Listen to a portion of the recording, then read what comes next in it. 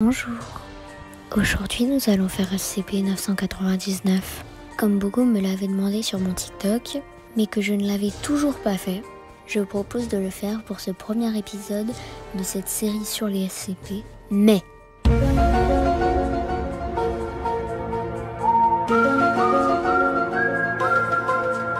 le format il sera plus long, plus travaillé. Sur ce, je crois que c'est parti. Générique.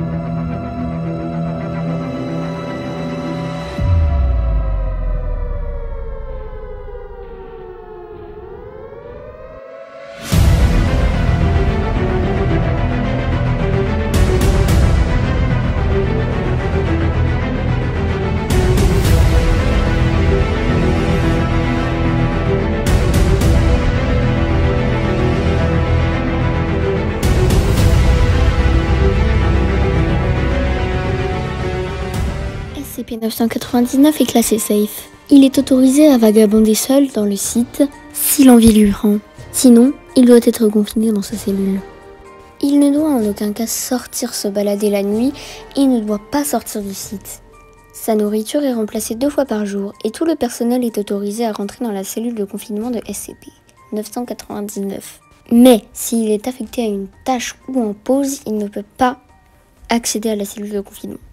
SCP-999 semble être une masse gélatineuse de vase orange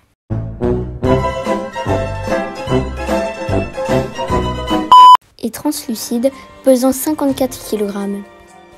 La forme de SCP-999 change constamment, bien que généralement, il ait la forme d'un grand fauteuil pouf.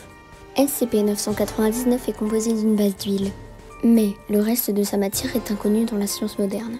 SCP-999 ne semble pas avoir d'organes, en tout cas pas d'organes ressemblant à ceux d'êtres vivants. Le comportement de SCP-999 ressemble à un chien. Lorsque l'on approche le sujet, il sera excité et sautera sur la personne la plus proche en la serrant avec une paire de bras, qui serait mieux décrit sous le nom de pseudopode. Avec un 3e bras, il trifouille le visage de la personne en faisant des bruits ressemblant à des gargouillis et à des roucoulements. SCP-999 a une odeur apparemment très agréable. Non, c'est pas vrai! Mais c'est super ça!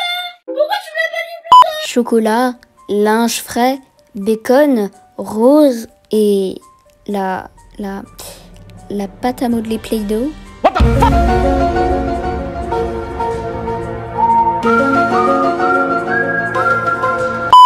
Le fait de toucher l'entité provoque l'euphorie qui s'intensifiera au cours de l'exposition avec le sujet.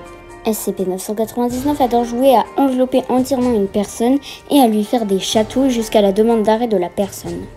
SCP-999 préfère être en contact avec des personnes malheureuses ou blessées, de quelque manière que ce soit, pour les réconforter. Les personnes souffrant de dépression invalidante qui sont allées voir SCP-999 sont revenues de sa cellule complètement guéries, avec une vision très positive de la vie. Expérience entre SCP-682 et SCP-999. But, effacer les tendances meurtrières de SCP-682. SCP-999 est libéré dans la zone de confinement de SCP-682. Il se dirige immédiatement vers SCP-682 et fait des gargouillis heureux. Par contre, SCP-682 gémit. Qu'est-ce que c'est? Quant à lui, SCP-999 se déplace devant SCP-682 et sautille à la manière d'un chien tout émettant des couinements aigus. Dégoûtant, dit SCP-682. Soudain, SCP-682 se jette immédiatement sur SCP-999, l'aplatissant complètement. Les observateurs étaient sur le point d'abandonner l'expérience lorsque SCP-682 a commencé à parler de nouveau. Quel est ce...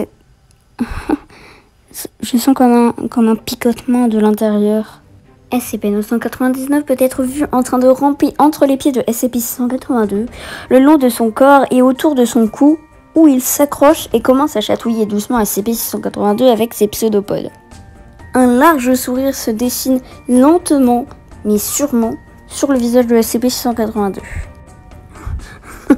Je me sens très heureux, très heureux. SCP-682 répète le mot heureux pendant plusieurs minutes, en riant de temps en temps, avant d'escalader vers un fou rire discontinu.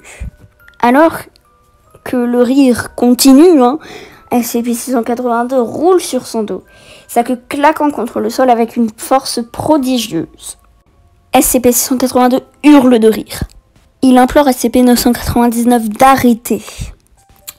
SCP-999 et SCP-682 continuent la bataille de chatouille jusqu'à ce que SCP-682 finisse par s'écrouler et semble s'endormir avec ce qui semble être un sourire sur son visage. Après 15 minutes d'inactivité, deux membres du personnel de classe D entrent dans la salle pour récupérer SCP-999. Lorsque SCP-999 est retiré, SCP-682 se réveille immédiatement et relâche une vague d'énergie non identifiable par son corps, tout en riant fortement.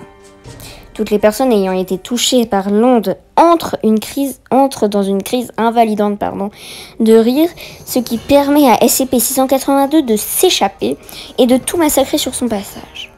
Pendant ce temps, SCP-999 sort rapidement autant de personnes que possible, en les déposant dans des endroits sûrs pour se remettre de la vague de rire de SCP-682, tandis que les agents tentent de contenir SCP-682, justement.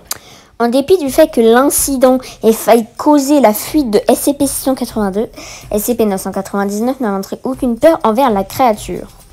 Et, de ce fait, a manifesté son envie de jouer avec SCP-682. Bien que le test ait échoué et se soit terminé par un fiasco, c'est sûrement la chose la plus drôle que je n'ai jamais vue.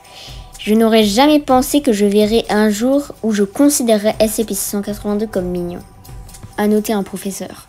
Donc voilà les gens, j'espère que vous avez bien aimé cette petite vidéo sur SCP-999.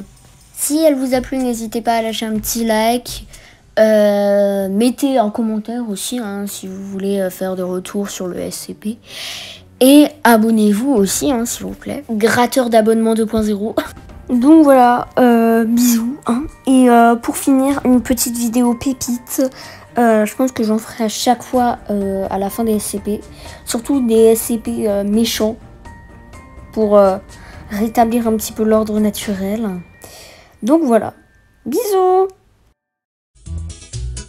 Isabelle communique, nique, tout simplement, et cela depuis 20 ans. C'est pour moi une vocation, c'en est presque une religion, que la commune